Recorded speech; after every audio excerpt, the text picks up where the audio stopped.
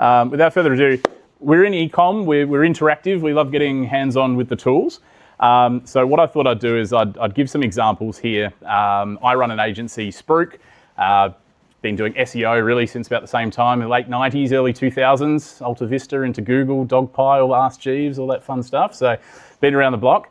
As an SEO person, I think my profession or the industry has needed a shake up for a very long time. There's a lot of snake oil salespeople out there. And SEO has been this dark art. Claude has given everyone no excuses now to get their heads across SEO. Yes, there's a few different elements to it. You got your technical, you got your content, whatnot. But Claude makes it so easy, and the sooner that the SEO industry is impacted, the better, in my opinion, even though that's how I sort of make a crust. I think it's been clouded in a lot of misinformation for a very long time, and it's just great to see Claude kind of open this up and make it doable. So anyone from a mum and pop shop all the way through to enterprise, you should be able to, you should be doing your SEO really well. I mean, I've seen enterprise SEO bills run 20,000, 25, 30 grand a month, and the output sometimes quite questionable. So what I wanted to do is show you a demo store that I have set up in WooCommerce. Sorry, James. This is just the quickest way for me to spin up a. Please show me to the bright side, please. So, little story. There's a website called expireddomains.net, and about 4 months ago, I bought a domain called everythingsourdough.com.au, because when you're named after bread, of course, you get into drop shipping sourdough products, don't you? So, with a little bit of help from SEMrush, I found this domain, which had quite a lot of authority built up over time. So I bought it and decided to investigate this world of drop shipping. So I don't think Dom even knows I do this on the side as a bit of a thing that trickles through each week, and it runs itself. What's that? And dare I like actually to bake bread. There you go. It's like a match made in heaven.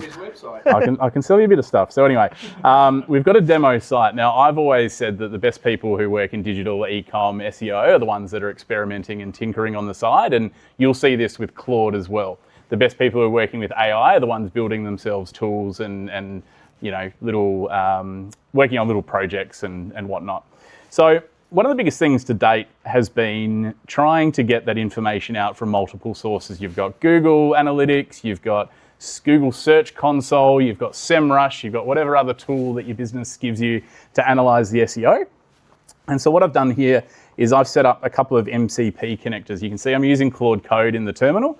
And I can access all of my MCP servers by clicking MCP, and I've got them listed there. So I've got SEMrush set up, I've got Google Search Console, I've created a WooCommerce MCP for the purpose of tonight, plus all the other bits and pieces that I connect to through the week for different bits and pieces.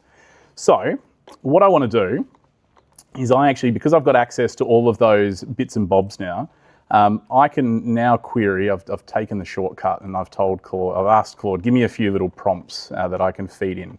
So running a sourdough website, I'll just post this prompt in. So using Google Search Console, show my pages with the most impressions, but CTR under 2% over the last 28 days.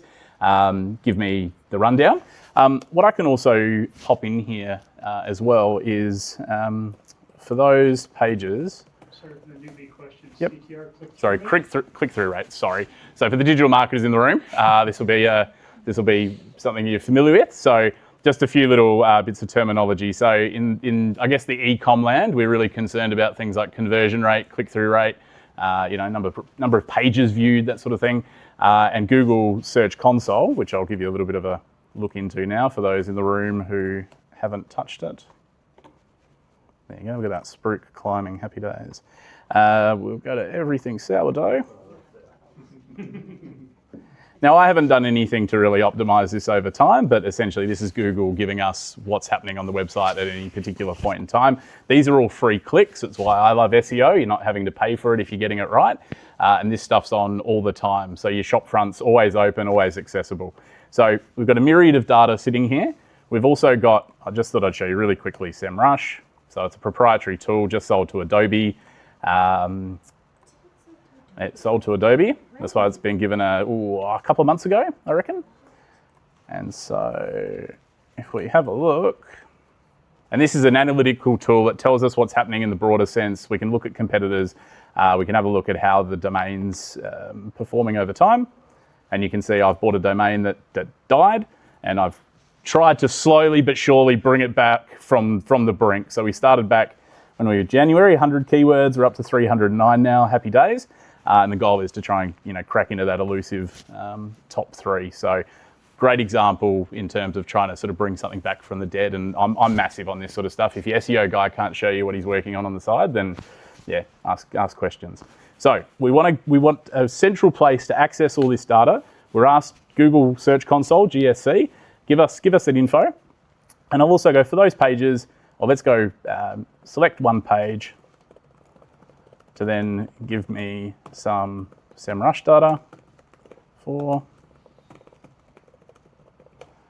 generate a HTML report. You get the idea. It'll go to Google Search Console, it'll go to SEMrush, and hopefully at the end of it, what it'll do is it'll give me an output that looks very much like this. So again, in your business, getting a real quick overview as to how things are performing, so we can actually see how we're performing as well as what the broader landscape does as well.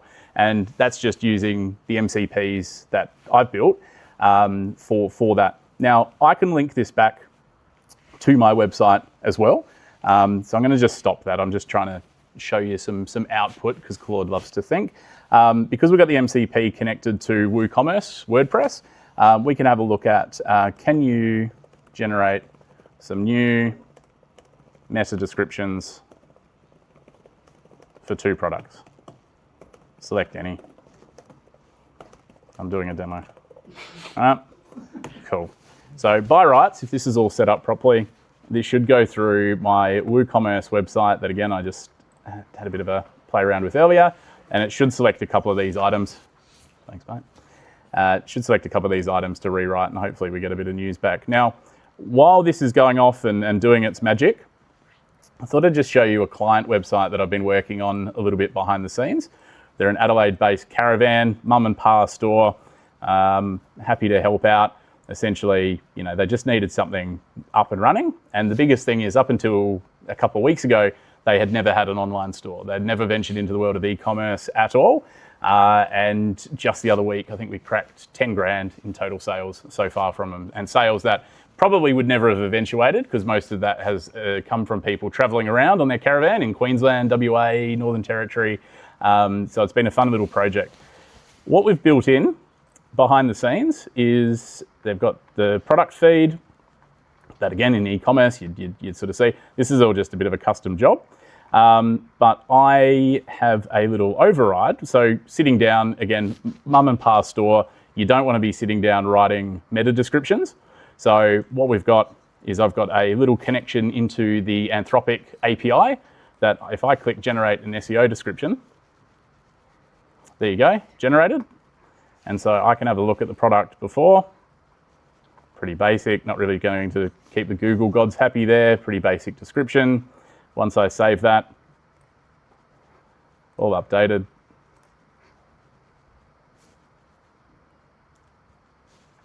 Right, just quickly. Yes, mate. Did you have to give Claude instructions using skills on how to use your MCP servers, or did it figure out itself? Yeah, correct. So I've essentially, just to the MCP question, even for this example, I've had to have a set of instructions. When you do call the API, make sure that you have a look at the product. If you're unsure, don't guess, because that's just stick to the most basic kind of overview. If you can find information in your memory, please enrich the detail. And all of a sudden, you've got something there that reads so much nicer. To your question, though, about MCP, just before this, I just created a Claude file and essentially gave it just a bit of a rundown that it generated itself in terms of where that all is. Best practice, I think the question came out before in terms of how long those files should be. I think 200 lines, was that right about memory? Claude files, about 200 lines if you're committing stuff to memory. So get Claude to clean up your memory file every now and then as well, which is really handy. So there you go. So we've got that in practice. Now, sort of just show you a couple of other things that Claude has done for this website. So you might be running a Shopify store, whatever platform you're running on. A lot of the time, your website is giving you amazing data by itself. You've got users coming there. You've spent all this money. You've marketed it. They've hit your website, and now they're using the search bar internally. I'm yet to see an internal search tool that does this really well, personally. And so you've got this goldmine of data sitting there that I don't see many brands using. I've come from working 3 years at Bridgestone as their national digital marketing and optimization manager. We didn't do it very well just based on the platform tools that we had access to. But we were able to manage to get some data coming through in certain searches through clicks and whatnot, which was just invaluable because the data we got from that started to inform what the retail team was doing, started informing what the franchisees were doing. And so what we built for these guys is a very, very, very basic search digest that we can go through on any particular day. And it is a little bit over the top at the moment because it does take everything. But we can go back any day and find out what was being searched, which was great to sort of marry up to things like Google Ads as well. But we also generated a customer heat map. So based on where people are searching from, based on their EDMs and whatnot, we sort of built this out as a bit of a separate thing too. So this has helped direct things like direct mail marketing that they've been working on. The search analytics, sorry, I was looking for search analytics. So now we know, as a business, we actually know, and Claude's built all this based on the data coming in, we know what the busiest times of the week are. We know when people are searching. We know when people are hitting our website. Guess what? We start saving money on Google Ads now because we know when to turn on and turn off our ads based on the organic stuff coming through. Yes? Sorry, this is a question for you, but also anyone that could possibly answer this. I've just understood what MCPs are now, so I'm super behind this. Has anyone used MCPs and Claude for like Klaviyo and Instant? Yeah. Yes. What are you getting from that? Anything you want, whatever the API will allow. You can build campaigns, you can close it a bit. Like, I'm talking more about data, because I just find it's like the most valuable data for everything that I use. It's like Klaviyo and Instant, right? Like, I see like putting all this into dashboards, and all of this, like, this is just going to make your ad so much better. How deep can you go before you're spending like 10 grand a month on tokens? Look, as somebody with 2 max 20 plans, I'm probably the wrong person to ask. So I'm a bit away from that. Even the current models, I've noticed as well, I'm not even spending, and I use and abuse my terminal quite a bit. I'm finding I'm not hitting the limits as much as I was before, but I think that's also dangerous in terms of that will change, I feel, at some point. They've definitely refined things, in my opinion, through, I was hitting limits 2 or 3 weeks ago. Now I'm using it like a cowboy and not even getting close. So it's... Workflows in 4.8 are going to change it back. Yeah, I'm probably already finding a little bit of that too, yeah. One thing that I think is super important to kind of just mention is that when we're talking about especially accessing and customer data, Klaviyo's obviously got a lot. It's important to keep the right kind of guardrails there. I think there's going to be a lot of mistakes made. Obviously, insights are gotten on the analytics level, which are really helpful. Yep. But I think that's kind of very important. And obviously, keyword research, pretty innocuous. It's fine. Yep. But yeah, it's probably just worth mentioning, I suppose. Yeah. Especially if there's some cowboys in there. And I do want to put this out here. I have full permission to share this from the client. They're very happy with what we've built for them. Thinking back, so they use a platform called Eclipse, taking the product feed, the API, building it into a website, giving them search capability. I know for a fact you're not getting out of from an agency less than 20 grand, right? We've been able to build this at 80% of the price, right? Like that is the real impact happening for brands, not just e-com, but businesses out there. And using this info, and it's not just keywords coming into your marketing either. It's what products should we be stocking? What products should we have online? I think, again, I'm no caravaner, but Jockey Wheel, I think, came up here and they've decided to chuck it online, and within 24 hours, they'd made a $500 sale. So it's that, again, stuff like this isn't necessarily Claude related, but Claude has helped build this in a fraction of the time that it would have taken previously, and you can just see the insight straight away into that. So did I have an arm go up? Sorry. No. Cool. Sorry, Rye, just on the SEO, just if anyone's interested in connecting, I think data for SEO is also a really good tool that kind of sits in between those. It's paid, but it's pretty rich insights. Yep. So look, essentially now we've got access. This Claude's come back just with some information in terms of what it's done. So just processing this. So I don't know if it's gone and actually updated this. This is all live. I did build this moments before our prezzo tonight.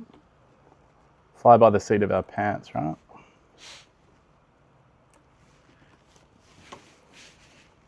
No, that's all right, don't worry. Essentially what this just demonstrates is that it can grab context. The MCP can grab context from the website and actually implement it. I don't know why that error was popping up. What they say, don't work live with animals or Claude. So generating this now. But essentially the MCP is just given us access now to bring this in. I just thought I'd also show you, this is the stuff that I put out for clients. So I use it for proposals. I use it for a little bit of client work here and there. So if I can come into reporting potentially.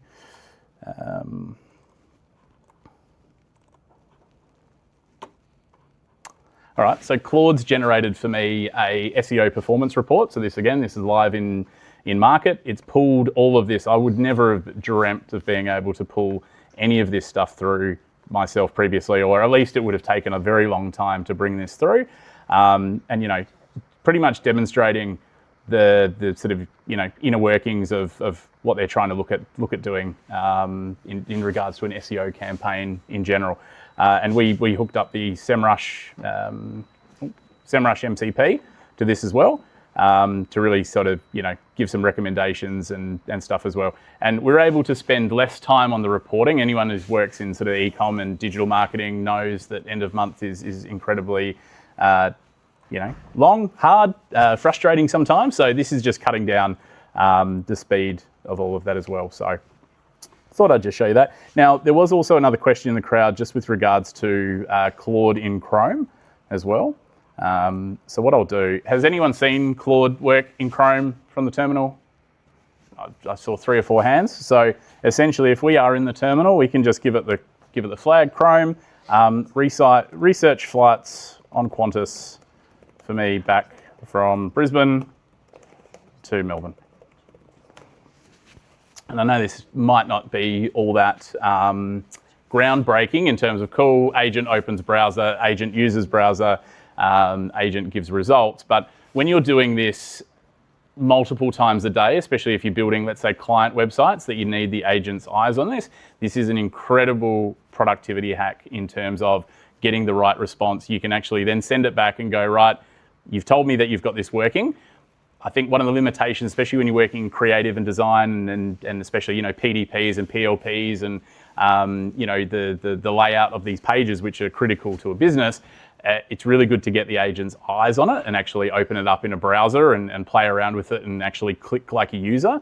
And so that saves you a ton of time. So I've got Claude prompting me there, asking me what it wants to do. Can I ask a dumb question? No, there's no dumb questions here, by the way. Is it better to do that in terminal rather than in co-work? Because it uses less tokens, because it's faster? I just like looking like a nerd. That's the big one. I don't know. I think I've just gotten so used to using the terminal. And again, I'm probably, I don't know. I feel like it's a lot more extensible. There was a question before about folder structure. I just love pointing a terminal at a folder and just getting it to go ham, right? Like that. So I'm a bit of a, if it wipes my PC, no problems. Dom might have some thoughts on this though. If you're doing it in a new co-work session, it wouldn't make a difference really. Like maybe minimally, but not substantially. Yeah. Can I ask a question about context in that regard? So I tend to open a particular, folder tree and run Claude in it, and it then knows what my context is. Does co-work support that? So in co-work you select the folder as well, and then everything underneath that subfolder is available to Claude. Yeah, okay, but can you change that dynamically if you want to do 10 or 20 of those? Yeah, you can add multiple folders. But can you separate them, right? Can you choose to be in a single folder tree context in co-work? Sorry, I might kick you out of the share. We're just trying to look for a flight back home. Look, Mum, no hands. Claude. Yeah, so I'm in co-work, and then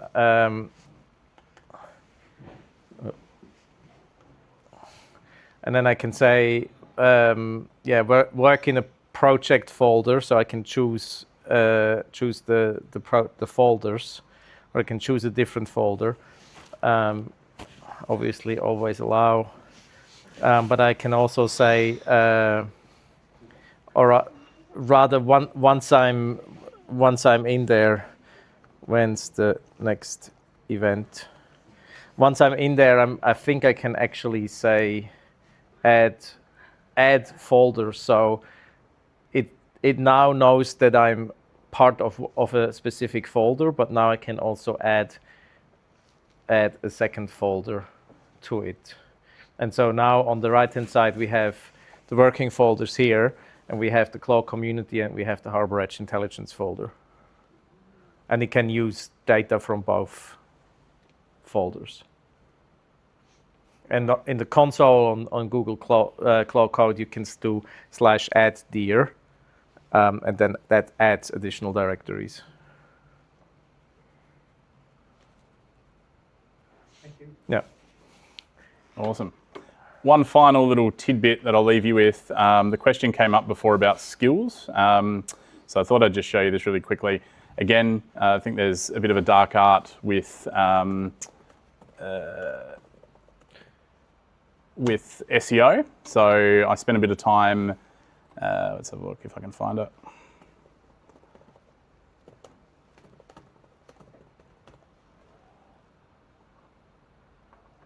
Can I be able to find it? I'll go to GitHub. So you can download, I've created a skill, it's called Fat Agent.